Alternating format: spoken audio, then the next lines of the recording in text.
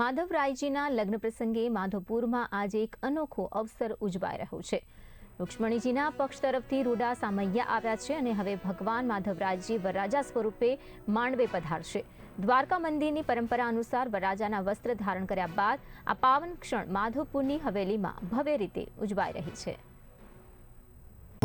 અમારે એકચ્યુઅલીમાં કન્યાદાન રૂક્ષ્મણીજીનું કન્યાદાન દેવાનું છે આજે। તો અમે અત્યારે રૂક્ષ્મણીજીના માતા પિતા તરીકેની એક દિવસની અમારે આજે ભગવાને અમને અવસર આપ્યો છે। એ બાબત રૂક્ષ્મણીજી એટલે સાક્ષાત લક્ષ્મીજીનું સ્વરૂપ અને સામે માધવરાયજી, તો અમને તો ત્યારે ખૂબ જ આનંદ થાય છે। અમે લગભગ આ 10 વર્ષથી અમે રાહ જોતા હતા આ પ્રસંગની। 10 વર્ષ પહેલાં અમે આ પ્રસંગ માટે અહીંયા લખાવ્યું હતું આપણે હવેલીમાં। તો અચાનક ફોન આવ્યો હવેલીમાંથી કે તમારો વારો છે, અમને 21 જાન્યુઆરી 2024ના દિવસે।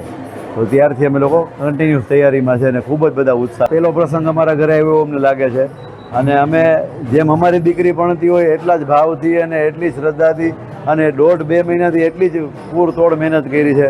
તમામ જાતના કરિયાવર ભેગા કર્યા, આણા ભેગા કર્યા, બધાને આમંત્રણો આપ્યા છે, વેવાય વેલા આવ્યા છે। એટલે જેમ મારા ઘરે જેમ મારી દીકરીનો પ્રસંગ હોય અમે એટલો જ અત્યારે અમને ભાવ થાય છે। અને બોલતા આમાં 2 વસ્તુ છે, એક બાજુ રૂક્ષ્મણીજી વિદાય થાય છે અને આમ તો સાક્ષાત લક્ષ્મી આપણા હૃદયમાં કાયમ બિરાજમાન હોય જ છે। એટલે આપણે આમ વિદાય કદાચ આ સાપેક્ષ રીતે વિદાય આપણે કરી શકતા હોય, પણ આમ તો કોઈ દિવસ માતાજી આપણે દૂર થતા જ નથી ક્યારેય એમ। એટલે બહુ જ બેઉ દીકરીને પરણાવતા ને એટલો જ લાગણી અત્યારે છે અને સાંજે કદાચ વળાવતા હશું ત્યારે અમને એટલો જ ભાવ થાય અમારી દીકરી આજે સાસરે આવે છે।